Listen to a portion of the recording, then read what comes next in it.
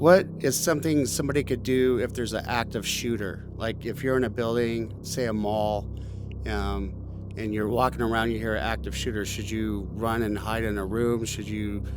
I mean, obviously you want to call the police, but like, what are some things that people can do if there is a situation like that? So the active shooter thing is or active killer or whatever they're calling it nowadays is very tricky, right?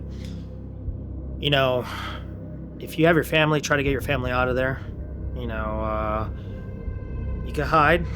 You can try that. That might help you, or you can fight. It's really on you. I'm not gonna sit here and tell you what you should or should not do.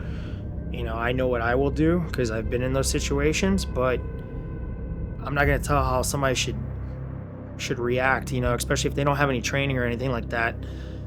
But the biggest thing is if you're not law enforcement, best bet is try to get your family to safety.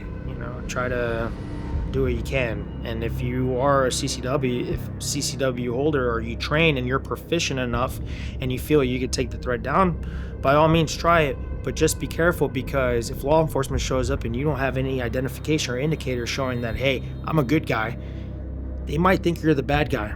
And you can say, hey, the description was given out to dispatch, but dispatch can get so many descriptions, and by the time it gets to the cops, it's the wrong description. So they're just seeing gun, especially with that tunnel vision and everything like that. They just see a gun, so they don't know if you're a good guy or a bad guy. So you make sure that you know what you're doing. Make sure you take good accredited courses on it. I know there's a lot of like civilian active killer courses out there. The only ones that I teach are for security folks and law enforcement, but best thing I can tell you is just try to get your family to safety and make sure you know what you're doing.